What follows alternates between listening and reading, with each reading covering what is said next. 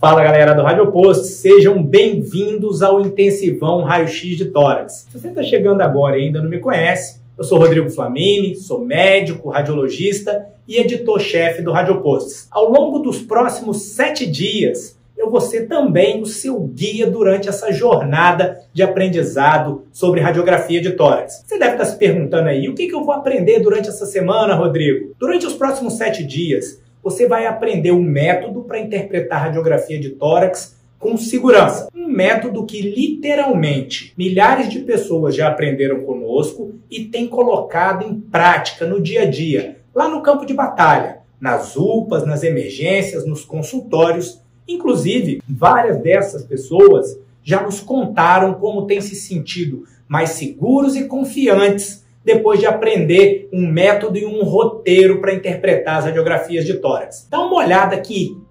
Fala galera, meu nome é Breno Simas, sou aluno de Medicina da Universidade Federal do Rio Grande do Norte. Eu sou Marina, estou no R3 de Cardiologia. Meu nome é Jober, sou acadêmico de Medicina. Olá, meu nome é Vitor Dias. Meu nome é Jaqueline, sou acadêmica do 4º ano de Medicina. Olá, eu sou Lívia, sou pediatra. Desde que eu me formei, eu tinha uma dificuldade muito grande em interpretar com tranquilidade uma radiografia de tórax. Me formei e já logo entrei na residência de clínica e eu falei, não, na residência, né, eu vou aprender, afinal, eu tô num programa. E não foi isso que aconteceu, acabei me frustrando. Eu sempre tive muita dificuldade em diagnosticar, interpretar raio-x de tórax. E, inclusive, quando eu ia para acompanhar plantões, eu ficava até meio sem jeito de não conseguir identificar as coisas que eles estavam apontando. E isso me causava muita frustração e insegurança. A proposta de ensino da Radioposto é muito interessante. Primeiro, ele mostra diversas radiografias do normal. Ele colore, então às vezes você tá ali, tá olhando e fala, nossa, eu não sei que sombra é essa, que é isso, meu Deus. E aí ele vem e mostra pra você. Ele sempre procura uma maneira de fazer você entender. As aulas são muito bem divididas, aulas curtinhas, bola na rede, como diz o Rodrigo Flamini, que dá as aulas. O cara é muito didático, consegue sistematizar muito bem a nossa forma de interpretar uma radiografia de tórax, passa desde o comecinho da avaliação de qualidade da imagem até anatomia, discutindo metodologias para sistematizar a avaliação da radiografia, ensina pra gente ao longo de vários casos clínicos como fazer algumas interpretações muito legais. Já nas primeiras aulas você consegue observar que existe um casamento muito interessante entre o embasamento teórico e a avaliação prática, aqueles achados comuns do dia a dia. Eu aprendi uma visão estruturada, organizada do raio-x de tórax, o que facilita tanto a avaliação do exame quanto a correlação clínica com o paciente. Hoje em dia eu tenho muito mais segurança para interpretar radiografia. Não tenho vergonha nenhuma de dizer, eu tenho 6 anos de formada e só agora eu fui aprender como interpretar corretamente uma radiografia do tórax. Todos os seus pulos do gato fizeram a diferença, fazem a diferença. Todo aquele sequenciamento para poder ver uma radiografia do tórax. Eu só tenho a agradecer. Viu aí? Quem é que nunca teve medo na hora de interpretar uma radiografia de tórax sozinho? Antes da gente continuar, deixa eu te contar uma história. Essa história é do final do meu R2 de radiologia. Galera que está chegando agora ainda não ouviu minha história toda. Primeiro eu fiz residência de medicina nuclear, fiz 1 ano de R4 no PET, e depois emendei mais 3 anos de radiologia. Então eu já estava terminando o 2º ano de radiologia e eu me lembro muito bem que a gente estava na reunião clínica, a maior reunião clínica do hospital, tinha lá umas 40 pessoas, entre staffs das diversas áreas e acadêmicos, e eu estava apresentando um caso de colangio-ressonância. Tinha estudado absurdo para apresentar aquilo ali, apresentei, achei o máximo, tinha ido super bem, só que o acadêmico estava lá, e uma acadêmica do 5º ano levantou e pediu para o meu staff para discutir uma radiografia. Aí ele falou, coloca a radiografia.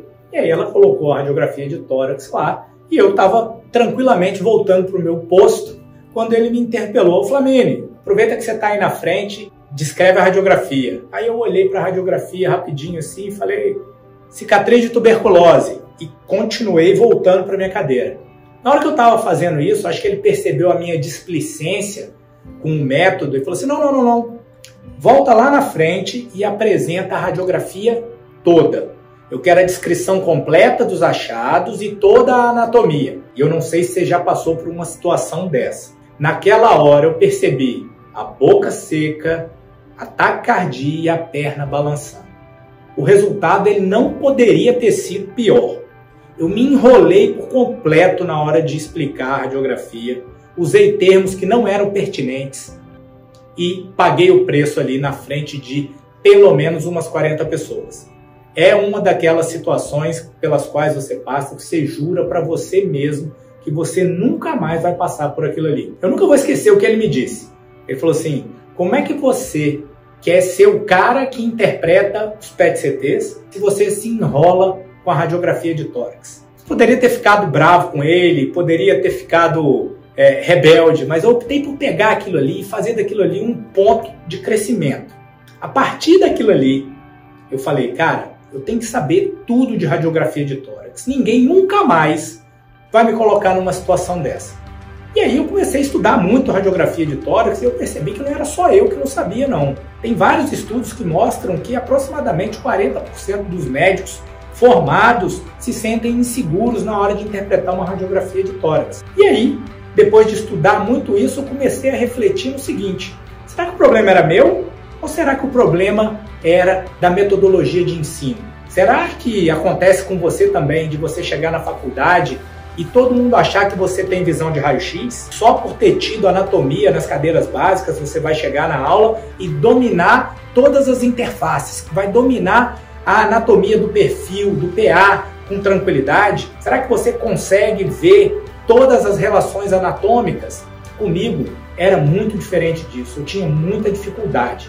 E ao longo do tempo, utilizando de muito estudo e um método, eu aprendi a fazer isso com segurança. Então, um dos grandes objetivos do Radioposts é multiplicar esse conhecimento de forma que você não precise passar pela mesma situação que eu passei. Eu precisei estar extremamente desconfortável para aprender. Mas eu sei que a maioria dos estudantes, o que eles querem é aprender, eles estão determinados a aprender. O que eles precisam é encontrar uma forma prática, didática e direta de fazer isso. Então, estamos aqui no Intensivão Raio-X de Tórax. Vem comigo que essa semana vai ser extraordinária. Bora começar te mostrando os principais erros que você pode cometer quando você estiver interpretando uma radiografia de tórax. Se você entender os principais erros, você vai poder desviar deles com maestria. Isso, por si só, já vai ser um baita começo. Bora lá! A gente vai começar por um dos principais métodos de aprendizado. Aprender os principais pontos onde a gente pode o quê? Se equivocar, errar, ficar inseguro. Uma vez que você percebe e entende aonde você pode errar, você toma mais cuidado ali e inclui esse padrão no seu checklist para que você se certifique de que toda vez que você vai interpretar uma radiografia de tórax, você vai olhar para esse lugar, para esse detalhe, para esse padrão com mais segurança, porque agora você já sabe que ele existe e você vai tomar as precauções para não escorregar ali. Então, hoje eu vou te mostrar 5 dos principais erros que se comete na hora de interpretar uma radiografia de tórax. O quinto erro está relacionado à anatomia. E aí quem acompanha a gente há mais tempo já cansou de ouvir a velha frase que os professores, quando a gente chega na faculdade, eles acreditam, eles esquecem que a gente não sabe interpretar uma radiografia. É como se você entrasse na faculdade e já viesse com um botão, visão de raio-x. É só apertar e você consegue transpor a anatomia que você está acostumado lá no começo da faculdade para a radiografia de tórax. Depois de algum tempo você percebe que é muito diferente, que a sobreposição pode te pregar peças e pode dificultar a sua avaliação uma vez que você não está preparado para aquilo ali. Então entender a anatomia radiológica é um passo crítico para você interpretar os exames com segurança. Por exemplo, olha para esse caso, olha para essa radiografia. E aí? O que vai te chamar a atenção de cara é um catéter, beleza? Você tem um catéter, está implantado, a extremidade distal dele está aqui na veia cava superior. Até aí nada demais. Para olhos mais atentos, vocês vão perceber o quê? Essa lesão causando um abaulamento da silhueta mediastinal. A primeira coisa que você pode estar se perguntando é como é que eu sei que é mediastinal? Como é que eu sei que está alterado? Porque você precisa saber a anatomia normal. Isso é a base para a coisa começar. Então vamos dar uma estudada aqui nessa região para ver o que a gente consegue extrair de informação dessa radiografia aqui. A gente tem alguns arcos mediastinais do lado esquerdo. Primeiro é a crosta da aorta, o segundo é o tronco da artéria pulmonar e o terceiro está mais aqui embaixo, que é a borda lateral do ventrículo esquerdo. Esses são os 3 arcos anatômicos do lado esquerdo que você vai encontrar. Aí você pode estar começando ainda, aí você vai se perguntar, Rodrigão, o que é que são arcos mediastinais? Arco mediastinal é o nome que a gente dá para esses abaulamentos, como aqui o ventrículo esquerdo, para as interfaces que eles fazem com o pulmão. Você está vendo a densidade de partes moles, tocando uma densidade de ar. Então você consegue, seu olho consegue fazer essa diferença. O nome disso se dá arco mediastinal. Vamos voltar para a parte alterada. O primeiro é a crosta da aorta, que está aqui, ó. Se você olhar com calma, você vai ver que tem uma linha a partir da qual para cá fica mais branco, fica mais denso, que desce aqui, ó, paralela aos corpos vertebrais. Tá vendo? Longitudinal aos corpos vertebrais. Essa linha representa a borda da aorta descendente tocando no pulmão. Beleza, esse é o primeiro arco. E o segundo arco mediastinal, que é o tronco da artéria pulmonar, que eu não estou vendo. Por que eu não estou vendo? Porque tem alguma coisa aqui nessa região que está fazendo o quê? Que está empurrando o mediastino. Rodrigo, por que você está pensando numa lesão mediastinal e não está pensando numa lesão pulmonar? Olha o ângulo que essa lesão faz com o pulmão. Quando chega aqui, ó, é um ângulo obtuso. Esse é um dos critérios para você pensar que a lesão não é pulmonar. Se isso acontecer do lado de cá, você vai pensar em lesão pleural. Mas como está acontecendo aqui, você está pensando no mediastino. E por que você está pensando mais em mediastino? Cadê o segundo arco? Você não está vendo o segundo arco. Então você tem um apagamento do segundo arco, porque tem alguma coisa tão densa quanto o tronco da artéria pulmonar, que representa o segundo arco, que está tocando nele. Então você não consegue fazer a diferença. Acontece o sinal da silhueta aqui e você não faz a diferença entre eles porque tem uma lesão aqui. Se a lesão está aqui e está tocando no tronco da pulmonar, qual é a conclusão que você chega? Você chega à conclusão de que a lesão é mediastinal. Aí você pode falar, Rodrigo, e o que é isso descendo aqui, ó? O que é isso descendo aqui? Isso é a artéria. Primeiro, a artéria pulmonar esquerda e depois a artéria do lobo inferior esquerdo. Não é o tronco da artéria pulmonar. Você, por que apagou o tronco da artéria pulmonar e não apagou a artéria pulmonar esquerda ou a artéria do lobo inferior esquerdo? Porque não está tocando nessas estruturas. E por que não está tocando? Se você pensar na anatomia, o tronco da artéria pulmonar ele é mais anterior do que a artéria pulmonar esquerda, que tem um trajeto mais posterior. Quando você pensa nisso, isso já te remete ao quê? A localização da lesão. Agora você sabe que ela está no mediastino e ela está anterior à artéria pulmonar. Então ela está com um epicentro no mediastino anterior, se insinuando para o mediastino médio, onde está o tronco da artéria pulmonar. Vamos dar uma olhada aqui para te ajudar. Do lado de cá, eu tenho uma radiografia de tórax normal. Aqui, a gente tem a nossa massa mediastinal. Olha aqui como o tronco da artéria pulmonar é. Ele pode ser côncavo, quando ele tem esse aspecto, ou até mesmo reto. Ele não pode, essa região, ela não pode ser convexa. Se você encontrar uma convexidade aqui, você está olhando para alguma patologia. E você precisa procurar, sobretudo, o quê? Lesões mediastinais. Então aqui, o terceiro arco, que é a borda do ventrículo esquerdo, o segundo arco, que é o tronco da artéria pulmonar, e o primeiro arco, que é o quê? a crosta da aorta. Aqui, como a gente falou, é a interface da aorta descendente com o pulmão, que recebe o nome de linha para-aórtica esquerda.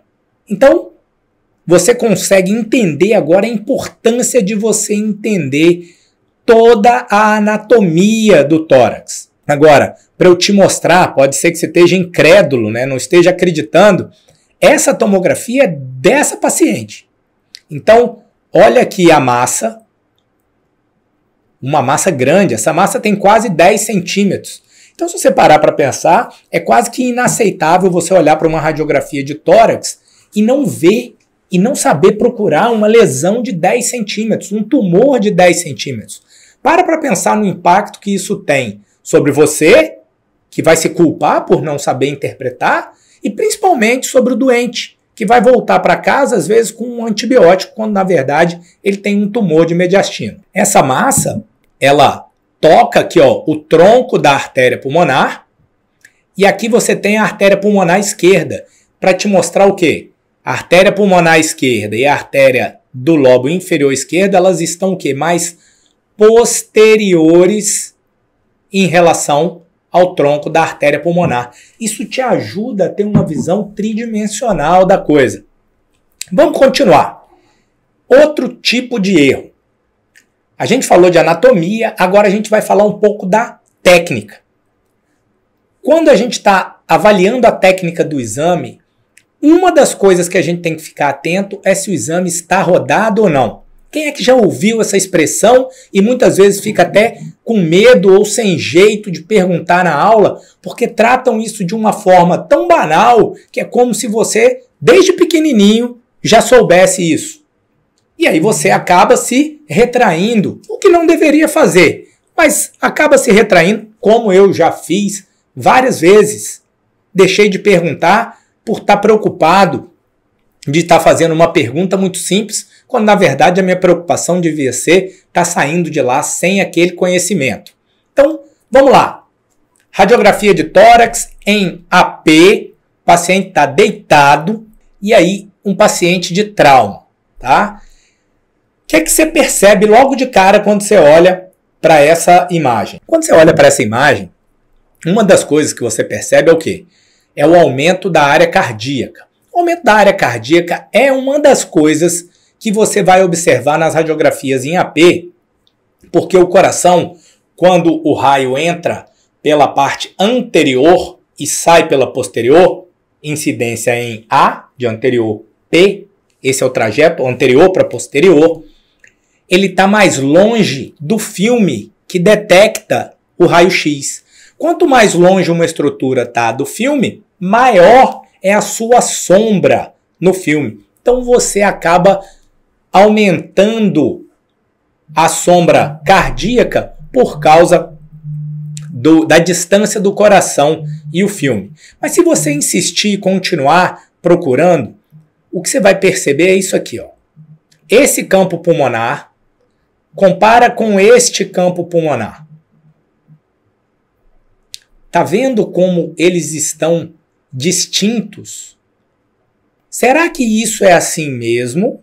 Ou a gente está olhando para uma patologia, ou a gente está olhando para um defeito técnico do exame? Se você for um pouco mais além, você vai perceber o quê? Até um desvio da traqueia para o outro lado. Mas agora, se você procurar com cautela e seguir a estratégia, o que você vai perceber? Os processos espinhosos, eles estão aqui, ó. Tá vendo? Agora olha as bordas mediais das clavículas. Olha onde a clavícula direita termina e olha onde a clavícula esquerda termina. Mede essa distância dos processos espinhosos para essa clavícula e para essa. Você não precisa nem de régua para ver o quê? Que essa radiografia ela está rodada. Quando ela está rodada, o que acontece? Você não está fazendo uma incidência direta, você está fazendo uma incidência angulada com o raio-x acaba que você simula que um campo pulmonar tenha dimensões maiores que o outro, você reduz um dos lados, você acentua, nesse caso aqui, ó, a crosta da aorta, você simula um desvio de mediastino. Então você precisa saber que isso existe para você poder diferenciar na hora. Será que esse lado está menor porque o paciente está com dor, porque quebrou um arco costal? Ou será que isso é só uma falha da técnica? Quando você olha isso no zoom, fica mais evidente ainda. Ó, os processos espinhosos e ó, a distância para as clavículas. Olha como você empurrou essa sombra da veia cava para o outro lado, simulando até o quê? Um alargamento de mediastino. Você fica pensando, será que tem alguma coisa aqui que está empurrando a traqueia? Quando, na verdade, se você juntar tudo e interpretar com este contexto, você vai ter dados o suficientes para saber que isso é por conta da posição do paciente. Equívoco número 3, ou erro número 3, ou dificuldade número 3. Radiografia em perfil. Quem nunca teve medo do perfil, levanta a mão. Eu devia baixar.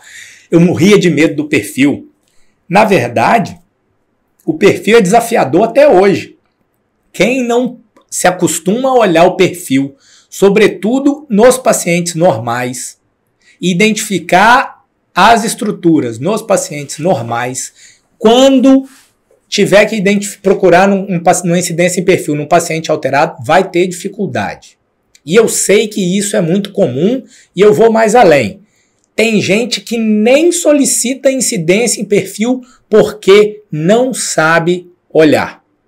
E é uma incidência importantíssima e muitas vezes você só vai dar o diagnóstico de certeza se você interpretar o perfil. Então está na hora de você perder medo disso. Então, pum, botou o olho no perfil. Por que o perfil é difícil? Porque o perfil tem muita sobreposição. Para pensar. Você está fazendo a imagem da direita para a esquerda, o coração está coladinho no filme para ele não ter a sua sombra aumentada. E quando isso acontece, para pensar. Você está sobrepondo tudo nesse trajeto. Então você tem as artérias e veias do pulmão direito, você tem a escápula direita, você tem artérias e veias do pulmão esquerdo, você tem o coração, você tem os vasos principais ali, a aorta ascendente, crosta da aorta, aorta descendente, artérias pulmonares, tronco da artéria pulmonar. Então quando você olha para isso tudo, está tudo sobreposto. Então você precisa ter alguns reparos para você entender. Nesse caso está aqui mais fácil ainda, que a gente está vendo o quê? Um catéter descendo aqui, ó, pela veia cava. Então você já tem um marco anatômico de que a veia cava superior está onde? Está aqui. E aí, olha como as coisas andam de mãos dadas. A gente falou de anatomia no erro 5 e agora a gente está falando do perfil. As câmaras cardíacas, elas estão localizadas aonde? Para pensar. As câmaras cardíacas direitas, elas têm a posição mais retroesternal, elas são mais anteriores do que as câmaras cardíacas esquerdas. As esquerdas, você tem o ventrículo esquerdo e depois você tem o átrio esquerdo, que fazem a borda o quê? Posterior do coração.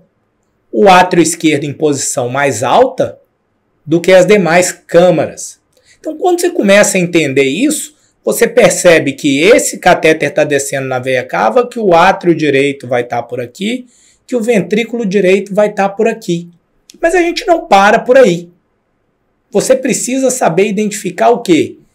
Outras relações anatômicas. Você precisa saber identificar as escápulas que estão nessa região, uma escápula, a outra escápula. Precisa saber identificar os corpos vertebrais e saber que existe um gradiente de densidade na região posterior do mediastino. Então, quanto mais alto você estiver, mais branca vai ser a sua radiografia, mais densa, porque você tem mais sobreposição. E aqui embaixo você vai ter sempre esse triângulo ou quadrilátero, se você quiser forçar a barra, mais escuro. Essa é uma das áreas que a gente chama de quê? De área negra do perfil. Só que a gente tem duas áreas negras no perfil. Uma é retrocardíaca e a outra é retroesternal. Cadê a área preta retroesternal? Tá tudo meio branco aqui. Então, quando você olha para isso aqui, você é obrigado a pensar que existe alguma doença no mediastino anterior que está ocupando esse espaço. Será que é uma massa? Será que é um aneurisma da aorta ascendente? Então, você precisa saber o padrão do normal para bater o olho nesse perfil e perceber o quê? Que esse perfil está grosseiramente alterado. Aqui em zoom fica mais fácil ainda o catéter passando pela veia cava e aqui ó, uma lesão grande ocupando o mediastino anterior. Se você for olhar só o perfil, o que você tem no mediastino anterior aí? Você tem a aorta e os possíveis diagnósticos diferenciais de massas no mediastino anterior. Quando você olha na reconstrução sagital da tomografia, você vê o quê? Que tem uma lesão grande, com densidade de partes moles, mais uma vez, uma lesão de 10 centímetros, que aqui pode estar muito evidente, mas aqui, que é o primeiro exame que você vai ter contato, você precisa estar preparado para identificar isso aqui, porque não pode passar uma lesão tão grande numa radiografia de tórax. Para isso não acontecer, você precisa dominar o perfil. Então, o perfil é uma das incidências críticas. Exposição. Quando a gente fala de exposição, a gente está falando de uma etapa do exame que é antes da sua interpretação. É na realização do exame, é na aquisição da imagem. É na hora que o técnico ou o residente de radiologia faz a radiografia, posiciona, seleciona os parâmetros da imagem e faz a imagem. Quando a gente está falando de exposição, a gente tem 3 cenários. O raio-x está bom, está com uma penetração adequada, esse é o termo que a gente usa. Quando você expõe demais, quando você usa muita radiação, você faz uma radiografia muito penetrada. Um jeito fácil de você entender isso, metaforicamente falando, é você pensar o quê? Na força do raio-x. Quando você tem um exame muito penetrado, aquele raio-x passou com tanta força ali que a imagem vai ficar muito escura. Por quê? Porque ele chegou, pensa num raio-x estilo Superman ou Thanos. Eu gosto mais da Marvel, né? Então, imagina ele passando com muita força pelo corpo. O que acontece se ele tem muita força? Ele chega ainda com muita força lá no filme. E quando ele chega com muita força no filme, ele queima com muita força o filme. E se ele ficar muito queimado, ele fica escuro. Pouca penetração contrária, é um raio-x fraquinho. É um raio-x que não tem força para passar pelo corpo, chegar no filme e queimar o filme. Então você vai ter imagem ainda muito o quê? Branca. Vamos olhar isso na prática que vai ficar mais fácil. Quando você olha para essa radiografia, o que pula no seu olho? Tum! Aqui, ó, um dispositivo aqui. Você tem um marca-passo. Beleza. Você tem um marca-passo. Agora que você tem um marca-passo, tenta analisar o resto das estruturas. É difícil, né? Parece que está faltando coisa. Porque você olha aqui para os pulmões, ó, você não consegue ver parte dos arcos costais de um lado nem do outro. Você não vê os vasos intrapulmonares direito. Olha como você tem dificuldade para caracterizar isso. Olha como você não vê nada nos ápices.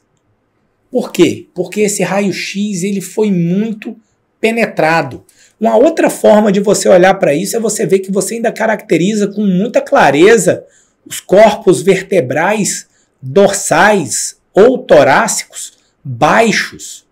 Por quê? Esse raio-x chegou com muita força. Olha só, você tenta olhar aqui para o pulmão, será que tem alguma consolidação pequena aqui? Será que tem algum espessamento de parede brônquica para você pensar numa broncopatia inflamatória? Ou será que tem um pneumotórax aqui, você não viu? Será que tem alguma escavação aqui no meio que você não viu? Olha a quantidade de informação que você pode deixar de extrair por tentar interpretar uma radiografia mal feita. Então, é parte da nossa obrigação identificar exames tecnicamente inadequados para solicitar que sejam refeitos para que você possa realizar a sua análise com segurança e que você possa dar o seu diagnóstico. Agora, erro número 1, não seguir um método. E aí a gente tem vários métodos, você vai encontrar um monte de método na literatura. A gente tem o nosso próprio método que a gente criou depois de ver vários, a gente vai mostrar isso para vocês na próxima aula, mas não seguir o método é uma causa de erro importantíssima em qualquer coisa que você for fazer na vida. Não é só na radiografia de tórax, não. Na radiografia de tórax pode ser mais crítico ainda, porque você pode acabar deixando de ver uma lesão. Olha para essa radiografia, por exemplo. Vamos dar uma explorada nessa radiografia. Normal ou alterada? Alterada. Qual é o lado que está alterado? O lado direito. Beleza. A alteração que chama mais atenção do lado direito é mais escura ou mais branca? Mais escura ou mais branca? Mais branca. Vamos delimitar ela aqui. Isso aqui tem até um nome especial. Para quem gosta de sinal, comenta lá depois, deixa lá nos comentários a sua impressão desse sinal. Essa radiografia ela te mostra o sinal do S de Golden. O que a gente está vendo aqui? Uma opacidade projetada na região mais central e mais superior do pulmão direito, com uma borda muito bem definida. Por que essa borda é bem definida? Porque a gente teve o quê? Um desvio da fissura para cima e para a região central. Rodrigo, o que você está falando disso? Procura o brônquio. Aqui você está vendo o brônquio esquerdo. Aqui você está vendo a traqueia. E aqui você já não está vendo o quê? O brônquio direito. Direito, não o brônquio do lado direito, né? Você não está vendo adequadamente o brônquio do lado direito. Por que eu estou dizendo isso? Porque o brônquio que divide aqui, você tem o brônquio principal direito, ele vai dar o brônquio do lobo superior e depois ele vai dar o brônquio intermédio que traz ar para onde? Para o lobo médio e para o lobo inferior. O lobo inferior, ele está aerado. Beleza? O lobo superior, você não consegue ver ar aqui. Rodrigo, por que é que você está me apontando para o lado de uma perda de volume? Olha essa cúpula diafragmática. Agora olha de cá. Qual que está mais alta? Essa. Essa aqui está aqui por quê? Porque ela subiu. E o que faz cúpula diafragmática subir? Uma das causas é lesão de nervo. Outra das causas é o quê? Perda de volume no pulmão. Rodrigo, posso ter as duas coisas? Pode. Porque esse sinal aqui é um sinal que te obriga a pensar em uma lesão pulmonar central que obliterou o brônquio do lobo superior direito e cursou com o quê? Com atelectasia, colapso. Rodrigo, por que você usou atelectasia e depois colapso? Porque é do lobo inteiro, não estou vendo nada aerado. Então ele murchou porque você obstruiu a passagem de ar para ele. Então quando você encontra uma situação dessa, é lógico que tem diagnósticos diferenciais, mas você precisa pensar em lesão pulmonar central com atelectasia pós-obstrutiva.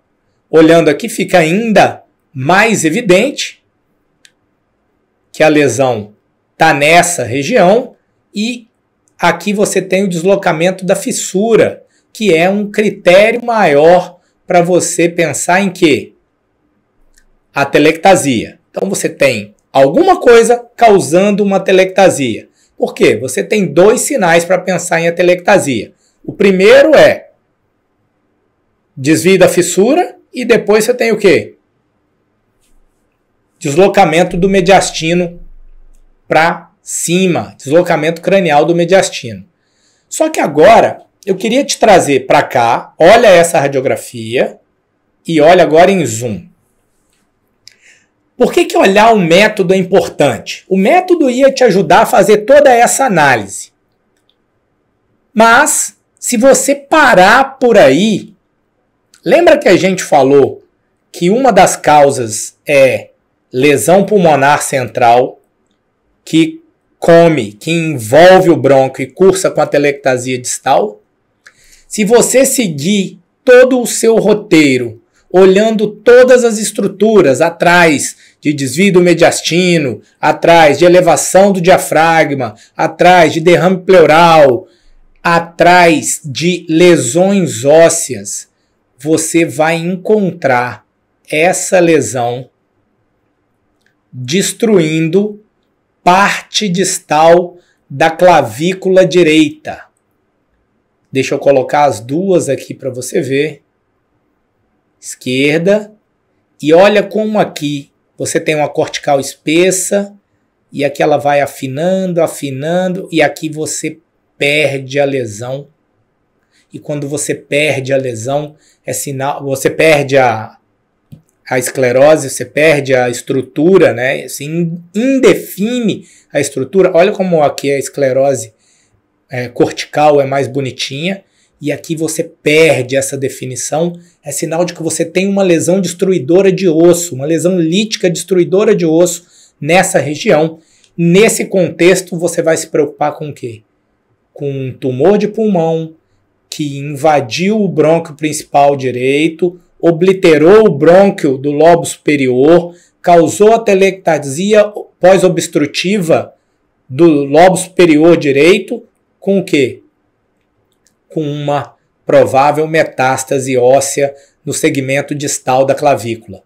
Então, ter um roteiro permite que essas lesões, que às vezes são até, nesse caso ela é secundária, mas muitas vezes elas são mais importantes do que a primeira alteração que você viu. Então, o roteiro, ele te garante, ele te prepara, ele cria uma metodologia para você seguir e ter certeza que olhou o exame inteiro de forma completa. Então, eu espero que vocês tenham gostado muito do que a gente mostrou aqui. São erros do dia a dia. Não são erros raros que você não vai encontrar, não. Você vai encontrar isso na faculdade, você vai encontrar isso lá na UPA, você vai encontrar isso na emergência, paciente rodado porque está com dor. Você vai encontrar isso ao longo de toda a sua prática clínica. Então, tudo que você vai encontrar ao longo de toda a sua prática clínica não pode estar sofrido para você. Tem que estar fácil. E a melhor forma de tornar coisas complexas fáceis é você treinar. Então, esse primeiro passo que você deu de estar aqui com a gente hoje, começando o nosso intensivão, é para te preparar. Então, você está de parabéns. Ah, Rodrigo, você mostrou um monte de erro. Mas e aí? Como é que a gente vai fazer? Amanhã, a gente vai te mostrar uma forma para você evitar esses erros. Na terceira aula, a gente vai te mostrar o método. Mas para a gente chegar no método, a gente precisa te preparar antes. Então, a gente se vê amanhã. Eu estou esperando você lá.